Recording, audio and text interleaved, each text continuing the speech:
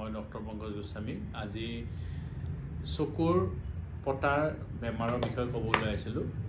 আমাৰ চকুৰ পটাৰ কেইটামান বেমাৰ থাকে, তাৰে ভিতৰত এটা হৈছে আচিনা। আচিনাক আমি ইংৰাজীতে ষ্টাই বুলি কওঁ। ষ্টাইত কি হয়, আমাৰ ইয়াৰ যিটো গ্লেণ্ড থাকে, এই গ্লেণ্ডটো ফুলিও যায়। ফুলি যোৱাৰ ফলত তাতে বিষায় আৰু তাতে কেতিয়াবা পুজ জমা হয়। কেতিয়াবা তাৰ যদি লোকেলাইজ ইনফেকশ্যন হয়, য'ত এটা জেগাত যদি হয় তাক আমি ষ্টাই বুলি কওঁ, আৰু গোটেই জেগাটো যদি ফুলি যায়, ধৰক গোটেই চকুৰ পটাটো ফুলি যায়, তেতিয়াহ'লে তাক প্ৰিচেপ্টেল চেলুলাইটিছ বুলি কওঁ। এইটো এটা বহুত পেইনফুল কণ্ডিশ্যন। ইয়াত বহুত বিষ হয় আৰু এই বিষৰ চিকিৎসা সোনকালে কৰিব লাগে, কাৰণ সোনকালে নকৰিলে এই বিষটো স্প্ৰেড হৈ পেলাই গোটেই চকুটো ইনভলভ হ'ব পাৰে আৰু কেতিয়াবা চকুটো মেলিবলৈও কষ্ট হ'ব পাৰে। ষ্টাইটো হ'লে আমি সাধাৰণতে গৰম পানী সেক দিলে অলপ আৰাম পাওঁ, আৰু যদি বেছি হয় তেতিয়াহ'লে চিকিৎসকৰ পৰামৰ্শ মতে ইয়াৰ বিধান ল'ব লাগে।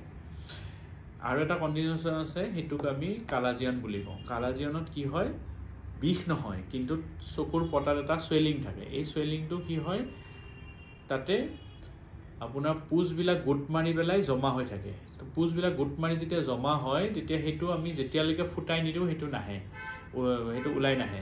গতিকে কালাজিয়ন যদি হয় তেতিয়াহ'লে তাৰ ট্ৰিটমেণ্ট হৈছে অপাৰেশ্যন। যদি আমি এটা কালাজিয়ন স্কুপ আছে, কালাজিয়ন স্কুপটো লগাই পেলাই তাতে সৰু এটা ইনচিশ্যন দি ভিতৰৰ পৰা পুজটো উলিয়াই দিওঁ, সেইটো আমি কালাজিয়ন ইনচিশ্যন এণ্ড ড্ৰেইনেজ বুলি কওঁ।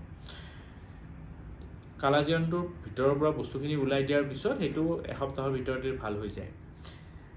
কিন্তু ষ্টাইৰ ক্ষেত্ৰত সেইটো নহয়। ষ্টাই আমি কেতিয়াও পুজখিনি উলিয়াব নালাগে, কাৰণ এইটো এটা পেইনফুল কণ্ডিশ্যন, আৰু পেইনফুল কণ্ডিশ্যনত যদি আমি পুজ উলিয়াব যাওঁ তেতিয়াহ'লে এইটো বেছি হৈ যাব পাৰে।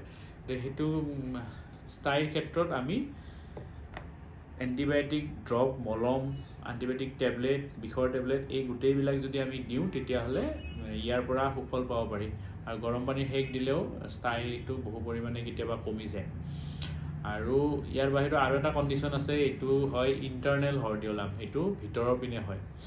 এইটোতো কেতিয়াবা বিষ থাকে, বিষ থাকিলে আমি ষ্টাইৰ নিচিনাকৈ ট্ৰিটমেণ্ট কৰিব পাৰোঁ, ঔষধ দিব পাৰোঁ, মলম লগাব পাৰোঁ, আৰু কেতিয়াবা গৰম পানী সেক দিলেও ভাল হয়।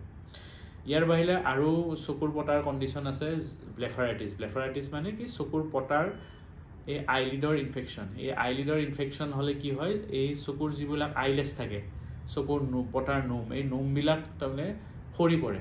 এই নোমবিলাক সৰি পৰিলে আমি তাক ইনফেকশ্যনটো কণ্ট্ৰল কৰিবৰ কাৰণে ঔষধ দিব লাগে, ড্ৰপ, মলম, টেবলেট কেতিয়াবা দিব লাগে, এণ্টিবায়'টিক।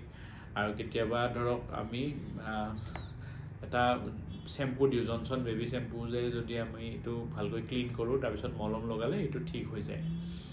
তো তেনেকুৱা কণ্ডিশ্যন যদি আপোনালোকে লক্ষ্য কৰে তেতিয়াহ'লে কেতিয়াও অৱহেলা কৰিব নালাগে, আৰু চিকিৎসকৰ পৰামৰ্শ ল'লে সোনকালে ইয়াৰ উপশম পাব পাৰি।